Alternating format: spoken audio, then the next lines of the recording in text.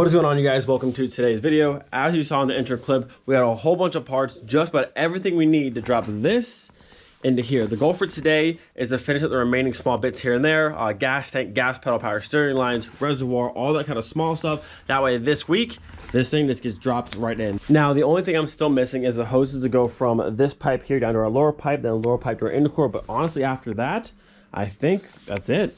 I think we got everything. All the new pieces already showed up. We got brand new power steering lines. Look at these things. No more crustiness, not gonna break on us. Looking great. New reservoir for the brake master cylinder, good to go. We got our Mark 7 gas pedal, and this is another reservoir, power steering reservoir out of a BMW E46. Same thing I use in the Savoy, so I have that with some brackets. That'll get mounted down in the lower fender section on the driver's side, out of the way. And I also got these pedal covers. These are the Mark 7 pedal covers. Now, the pedal I use in the Savoy had this cover on it already, but I found the entire set, so brake and clutch, which I don't know if these Mark 7 will fit on the Mark 3 pedal, but they might. And then also the dead pedal, which I don't think will fit. Maybe if I pop off like the plastic housing and just screw this piece to the dead pedal area, maybe. But I bought the entire set. It was super cheap, so hopefully we can have all matching pedals with this one there and then these ones as well. But yeah, today's goal, get the gas tank, which is gas tank back in the car, gas pedal in the car, this in the car, power steering lines in the car, brake reservoir in the car, and then this week, we're dropping it in. So honestly, I was gonna do this last, but I figured might as well just do it first, get it done, get out of the way, and get everything under the dash done. Gas pedal in, pedal covers on, all of our paneling back on, and just be done down here, and hopefully not have to work on the dash for a very, very long time. So we're gonna do gas pedal adapter in the car. We'll actually pedal into the adapter first, then the entire unit will go up into there. We'll plug it in, try and see if the, I didn't grab them, did I? Oh, I did. Try and see if these ones will fit onto there, which they look like they might. We'll see. I put this one on already. Well, I had it on halfway, but pedal covers, I don't know what it is, if there's a better way to do it, but these things are always so frustrating to actually get to wrap around here because it's like such a tight fit. But get that on real fast, put the pedal in the adapter bracket, slap that up in there, and then fight with these for a little bit. Maybe just skip this one. I mean, it would look good. It would look good in the car. I just don't know how I'm gonna get it to fit properly and not look all crazy in there, but we'll see about that. But either way, I wanted to start here, knock all of this out, and be done down here. All right, so thankfully our Mark 7 gas pedal cover here went on not too bad. I know the ones in the Mark 4s are giant pains. I've done it like 3 times, but this one went on not too bad. So that's done. If you have one of these adapter brackets like this, what you want to do first is put the gas pedal into the bracket first. If you look, there's this little like notch piece on top that sits right under here. So if you look, there's also like a little T cut out, so that's gonna sit like this under and like so. And there's also a hole in the back, you can see right there.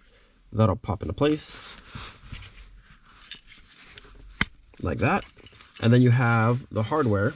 So your long 11 will go through here to attach the gas pedal to the bracket, and then all your small ones like this you'll put in afterwards up there, way up there where the original gas pedal was. So 2 will go there, 1 on the back side. Fair warning, like everything else under the dash, it's kind of a pain sometimes to blindly go back in there and actually get these to thread in. So it's through the bracket and then into, there's 2 on this side and then 1 on that side. It can be quite a pain to get to line them properly, but that's essentially how it is. So pedal into bracket, then bracket into holder, and then you're done.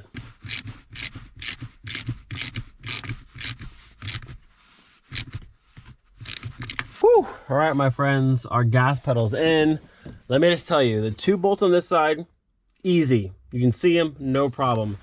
That final rear bolt on the inside, kind of a nightmare most times. What I've learned, the best way to do this one, get these 2 outside bolts in loose first, and then you can see the other one is way back there. There's no room. You gotta kind of hold it with 2 fingers like this very lightly, and kind of with these 2 in, move it like up and down until you feel it kind of pop in, and then spin it like this basically until it goes in. But pedals in, all you gotta do is go through, tighten up all of them, and then this is done. We'll plug it in, and that's it. But yeah, that rear bolt can be quite annoying, but there it is. Mark 7 gas pedal is now in, I think, Floyd. I'm hoping these pedal covers work because I like the Mark 7 gas pedal, looks cool. So I'm hoping these ones will go on there like so. I mean, if anything, I just get a self tapper and just, you know, blast it on, but maybe it'll work. We'll see. So, to my surprise, the Mark 7 pedals are almost like a direct fit to the Mark 3 pedals. Size-wise, they're virtually the same. This one's a little tiny bit loose. So on the back of the normal Mark 3 brake pedal, you have this little thing that pops through. The one on that one isn't quite as big as this one, so it doesn't pop through quite as snug, but it's still in there, no problem. And then on the clutch pedal here, the Mark 7 one has these little like tabs that come out, similar like the brake pedal that pop through, but the Mark 3 pedal does not have the hole, so I cut them off so it's smooth like the Mark 3 one. And size-wise, it fits no problem. It's on there nice and tight, not going nowhere. That one's already a Mark 7 pedal, so that doesn't count, but like, not bad. Look at that. Mark 7 full pedal set and a Mark 3. Not bad. Now, as for the dead pedal here, which I believe would go this way, and like this half would tuck behind here. I don't know if that'll work. It looks like it might, honestly, if I pull it out. There's a screw back here. I pull that out and kind of like slide that behind. That might sit decently. Now, I might have to go through and like cut this tab off, that tab off, this one, and just have this piece on the side that's gonna hook it into there, and then maybe do like one screw through it, like a nice like polished screw, you don't really tell, like to the middle, and then straight into here, and then that would be like that. But not bad. Full Mark 7 pedal set and Mark 3. Not bad. But for now, the dead pedal can wait. What I want to do next is get all of these pieces, all the lower dash stuff, back in and just be completely done with this and just not have to be down there anymore. Thank goodness. So the interior is fully back together, and I just have to show it off for a second because like it looks so good. And the funny thing is, when you first get a car, when you're younger and you first get a car, anything like OEM or like plastic covers, you always want to take off and throw away. But now I've got to the point, I love the OEM Plus. I love putting back all the original stuff, and look how good this looks. It's like you can't even tell it's a swap. Everything's just covered. The O2J shifter you didn't know is just covered up. We got Mark 7 pedals down here. But look at this. Everything that was factory is back in. All the covers back here, all the factory screws, this piece, this cover back here, everything, even the foam is back in. Completely OEM Plus, but underneath we have the new stuff, but you can't tell, which is so sick. Even like this, you pop this down. If I can do it one-handed. 1 and 2. It comes down. Please come down. Please come down. No? Oh, there it is. Voila. Look at that. Tucked away. All the factory shields. I love it. Like I said, when you first get a car, anything OEM, like this stuff, junk. Throw it away. You don't want to put that back in the car. But knowing what I know now, OEM Plus and having all your factory pieces is definitely the way to go. This is so sick. So it's still Mark 3 on the exterior, but underneath, we had all the newer stuff, which is so cool. I love having just every factory screw. Not one screw is missing. And before, I love leaving stuff out, but every factory screw in, every panel, every freaking foam piece is back in. It's all there. Completely OEM Plus. It's all there, which is so sick. But by far, the most exciting part right now is the fact that we are officially done under the dash. We're done, unless there's an issue, which there shouldn't be, but we're done under the dash, which is great. All right, so next up, we are back into the engine bay, and if you look, I took my wire wheel, cleaned up all the little rust spots on the subframe, touched up with some black, and now it's looking nice and new. So that's done, and now, first thing to put back in the engine bay will be our new power steering lines. There we are, boys and girls. We have brand new power steering lines, no more crustiness, not gonna break on us, completely good to go. And I'm not gonna lie, this took me all of 30 minutes to get these in. Mainly the back one, because I mean this one went in no problem, but the back one, because the angle's so weird, every time it caught, I thought it was off a little bit, and the last thing I want to do is strip out my power steering rack. So I must have tried it 40, 50 times before I finally felt confident I was right, and I finally cranked it down, because the last thing I want to do is have to replace all of this as well. So thankfully it didn't happen. So this one's torqued down, that one's torqued down, completely good to go. Power steering lines done. All right, so it's been about an hour or so. I made the mistake. I went inside, ate dinner, ate way too much dinner. Now I'm very full, a little bit tired, and I think we're gonna end this for tonight and come back tomorrow, but definitely good progress. Inside wise is done, power steering lines are in, and that's good to go. Also got the new reservoir on the Master. looking good. Now we have nice clean plastic. Bam, looking much better compared to that one. Look at that. So nice and clean, nice and fresh. This is good to go. We'll bench bleed this tomorrow, get that in. I got new hardware as well, so that's all good to go. And then also for tomorrow, we'll get the power steering reservoir here in. I'll sit right down in there. Voila. Nice and clean, tucked away, so that's good to go. So tomorrow will be those two items, and then gas tank and fuel filter. And then that'll be pretty much it. And then the next video you guys see after this one, it's going in, which is wild to think. Like, we're close. We're so close. I keep saying it, but like the realization that it's actually pretty much time to drop it in the car and go for the first startup is wild. That's so cool. But yeah, I'm full. It's cold out here. We'll be back in the morning for the more work on the car. All right, and welcome back to day 2. The weather today has been wild. I've seen sunshine, I saw some snow, and now it's back to just raining like crazy, but it's been wild today. But no matter what, gotta work on the car and get things done. We have to do the bench bleeding on the master, get that in there, have to get the gas tank in, the fuel filter, and I think that's it for today. I hopefully will have my silicone hoses for this very, very soon. And I said this week, drop it in. So let's get to work. The first up for today will be our power steering reservoir. This is the one out of the E46. Exact same setup I used in the Savoy. I did grab 2 brackets this time. This bracket here is out of the E46 of sedan or the wagon. This one is the same kind of mount for the same power steering reservoir, but this is out of the compact. A little different shape, a little bit smaller, but actually I found this one actually works better because it fits around this mounting point perfectly, like so, and it gets that right where you want it. So this will sit pretty much right there, nice and tucked away, giving us a bit more space in the engine bay because the battery will still be here, the intake will be over here, but no more reservoir. We'll put it on this side. This one, which is our new one here, will route under like so, and then the next one here will go to the main and goes across to the front. But very nice little setup. You can use pretty much any reservoir you want, but these are easy to find. They look kind of cool. So nice little touch for the Pink Floyd. I gotta say, this is one of the most handy tools to ever have. So if you don't have one, definitely pick up one of these. They're so useful. Our bracket now mounted in place. Got some nice hardware in there. That's good to go. This will now sit just like so. Then put the hardware back on, which is right over there. And then power steering reservoir is all done. We'll route our one line. And then this section for now to the front ends back on the car will be done. All right, so progress update. Power steering officially done.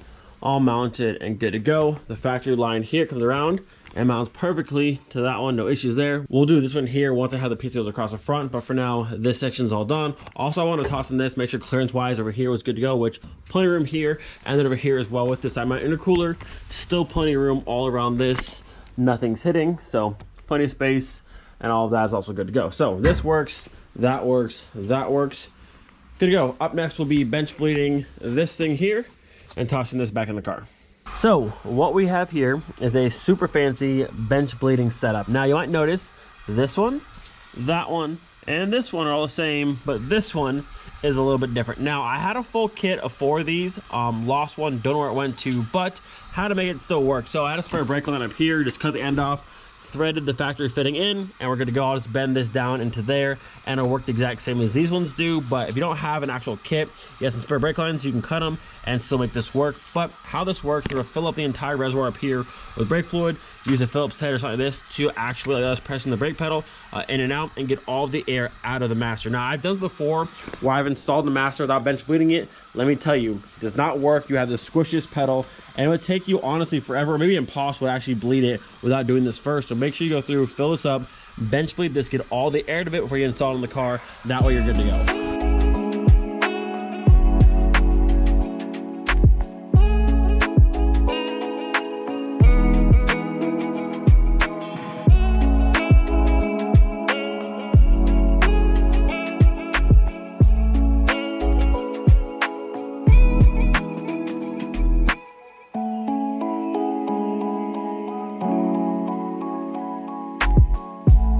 So with that, this should now be good to go. All we have is fluid through all the lines. There's very, very small air bubbles, but that shouldn't be an issue at all. Now this one I can't see inside, but if all the rest of these ones are good, this one should be as well. So leaving it just like this, gonna put it in the car, take one off at a time, put the brake line back on, and then this is all done.